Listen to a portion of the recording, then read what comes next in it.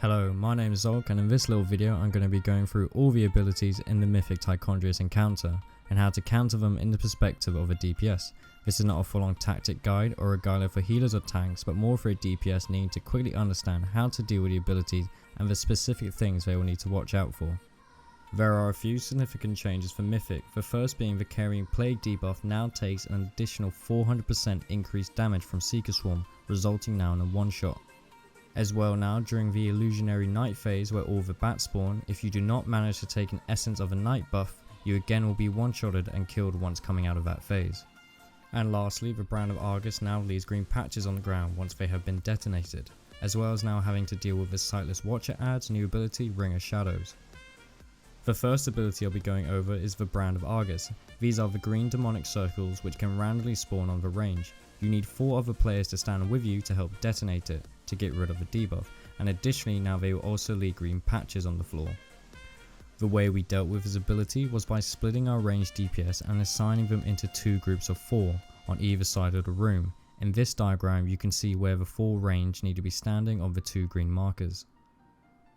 There will be 2 sets of brands that always spawn. Make sure at all times to have 4 ranged DPS always standing on these 2 groups, as when Brand of Argus is cast you will need 1 player from outside of those groups to help detonate it. Normally we had those ranged just stand out from the 2 clumps of 4 so that they could easily run in when they needed to detonate the brand. This can also mean that the brands sometimes spawn on the same side. The concept is still the same, but make sure to not detonate them at the same time unless you have defensive cooldowns running.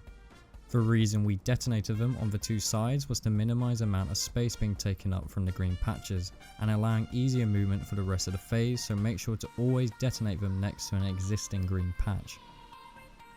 Feast of Bloods are the 3 red globule adds that periodically spawn at the boss. These will need to be moved 30 yards away from Tichondrius as they will be constantly healed. Just make sure it's as a range to nuke these adds as soon as possible, as they leave a strong damage taken debuff to your tank. Next is the Carrying Plague debuff and Seeker Swarm ability.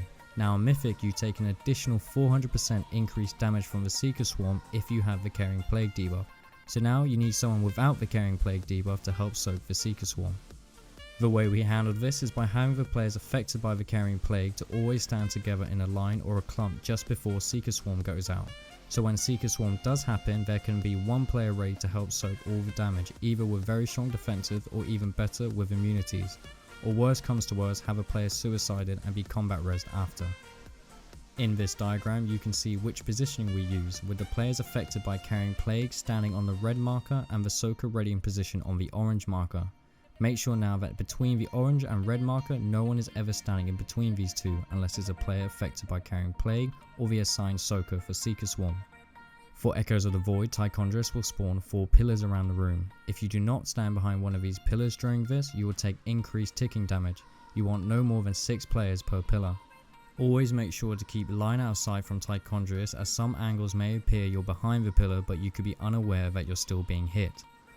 Ideally you would want the raid to split, with 5 hiding per each pillar and 6 being the maximum. If you have more than 6 players to a pillar, the pillars will break early and resulting in the group taking damage from the echoes.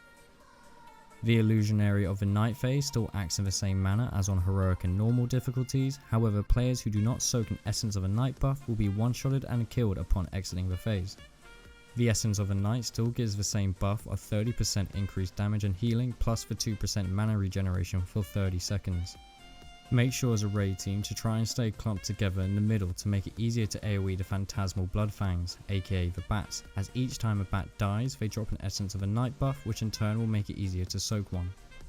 Also remember to avoid Tichondrius' green lines of shadow damage during this phase. If you were to be hit by one, you will be stunned for a couple of seconds and take around 70% health of damage and potentially chained onto another stun, resulting in a death, so yeah, just don't get hit. You should only ever have to be dealing with this phase twice during the whole encounter. So now, after coming out of each Illusionary of the Night phase, the Tichondrius will then spawn additional adds. The first time you come out he will spawn 2 Fellsworn Spell Guards. These again, like Bloods, need to be kept 30 yards away from the boss as they will be healed, so make sure to nuke them as soon as possible. The second time you come out of the Illusionary Night phase, 2 Fellsworn Spell Guards will again spawn and an additional add called the Sightless Watcher.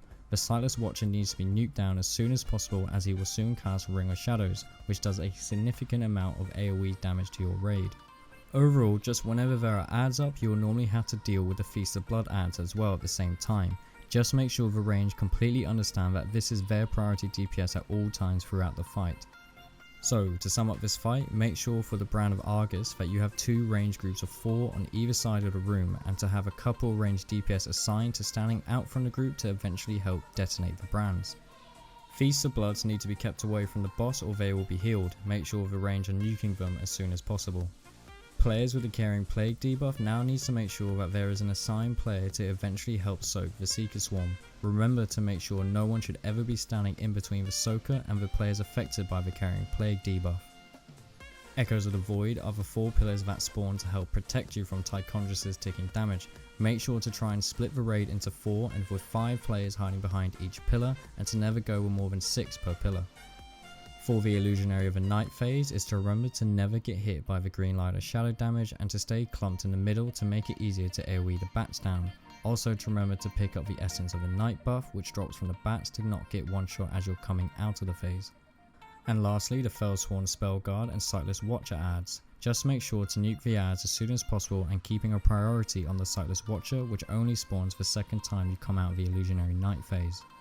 Anyway guys, I hope this guide has helped you in some way. My name is Zulk, and I'll hopefully be coming out with more videos soon. Peace.